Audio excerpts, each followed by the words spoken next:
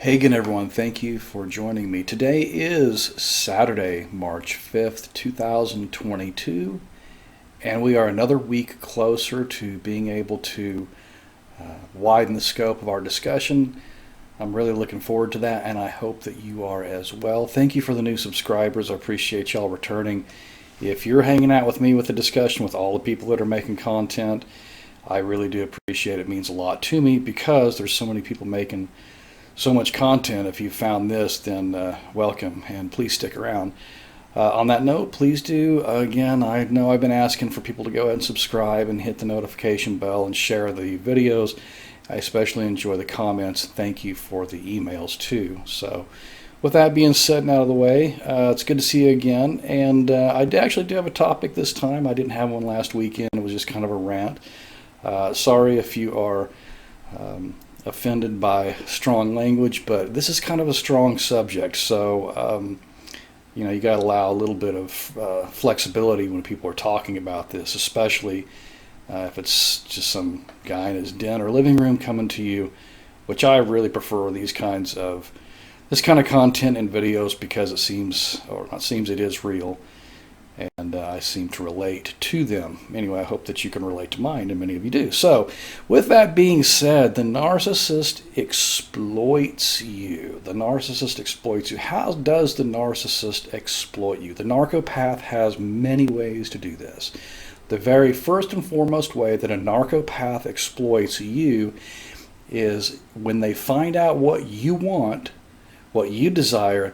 They will step in the way and make sure that you don't get it. Or if there's something that you don't want, then they will make sure that that situation somehow presents itself in your, at least in your proximity. This is their MO. That's what they do. They exploit your weaknesses or wants or desires. Another way that they exploit us is by using us. I've heard it termed future faking, where they agree to something, they tell you that they're going to they're making this agreement, you do your part, and then they never follow through. They just continually get you to give and give and give, and they never even have the intention of reciprocating in this exchange, because it's not an exchange. It's a one-way street. With the narcissist or the narcopath gets what they want, and to hell with you and whatever you want. They have a habit, and it's a very, more like a skill, of getting people to do what they want when they want. If you begin to understand that you're dealing with a narcopath, this is when it gets dangerous, because they don't look at you as a human being. They start to see you as a malfunctioning item, like I said, like a lawnmower or a house or a bank account or a man or a husband or just something that's not doing what it is that they want to do in their infantile little mind. So with that being said, when they exploit you, you become aware of this. You decide that, like I did, that you weren't going to put up with it anymore, which is, once you start to figure out if you're dealing with a narcopath, you need to just make arrangements to go no contact, no matter if it takes 10 minutes or 10 years, and it might take some time for you to be able to go completely no contact. You need to start making arrangements to do that. Don't share any information with them. Don't try to get them to see things your way, because they're not going to. And they are going to, what's going to happen if you do this, and in my experience, they're going to seek to hurt, harm, and punish. There's not a two-way street with the narcopath. When you begin to understand that this person has never once, even for a second, been loyal to you or displayed any loyalty to you, that it's all been a big ruse, it's been a lie, it's been a fabrication, when that facade starts to crack and you try to get them to, like I said, see it your way or do something that's, what am I trying to say?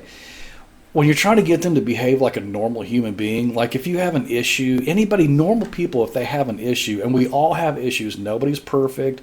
If you have an issue with someone, you bring it up.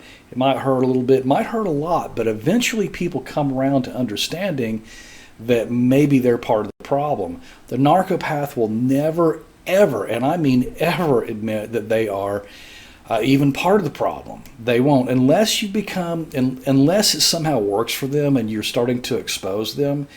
They may acquiesce a little bit, but it's only to really to get you to sit down and shut up and not bring it up again. But if you press the point, be ready for them, like I said, to hurt and harm and punish you. And that doesn't stop, because that's the intention of the narcopath from the beginning. You do what they want, you kiss their ass, or you're gone. That's just the way it is. Actually, you're not gone. What they'll try to do is they will try to remove your influence, but they want to keep their influence over you.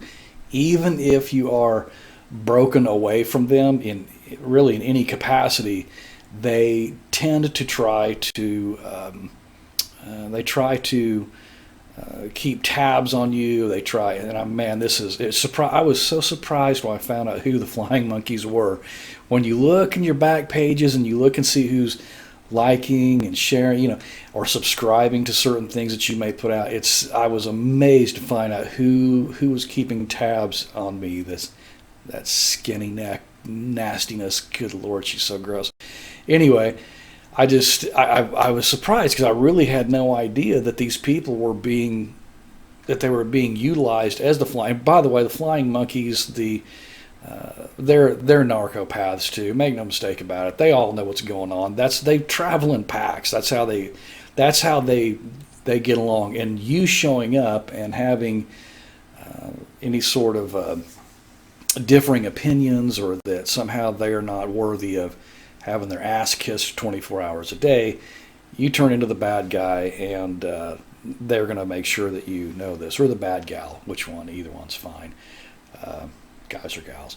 Anyhow, my point is that if you refuse to be exploited, you refuse to be used, and you start to chime up about this and say something about it, that, like I said, they're not going to bend. They may appear to a little bit, but they're going to seek to, when they finally have gotten everything that they can, like another thing I heard it termed is strip mine your life, even now or for future dates, where they can gain as much, I will just say, money in this instance. They'll take what they can from you, then they will seek to destroy you. That is really what they do. There's nothing genuine about these monsters. The narcopath there's just nothing genuine about them. They have no concept of what it's like to be kind. They have no concept of what it's like to be warm or open with people. They just don't do it. And they're the ones that are missing out. I know we've been banged up. I got banged up really, really hard by a couple of these monsters. And you know what, on that note, it's like this.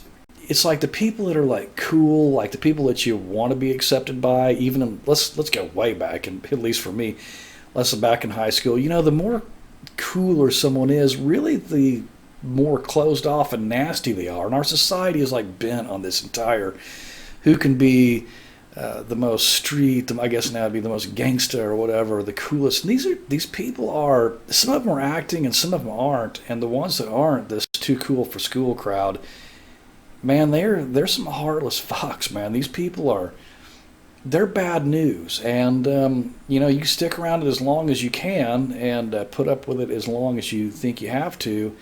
And then if you decide that you want to pursue, something bigger and better than what a toddler is able to conceive, like being a real human being, man, they're not going to stand for it. They really are. They enjoy the attack. They enjoy the tear down.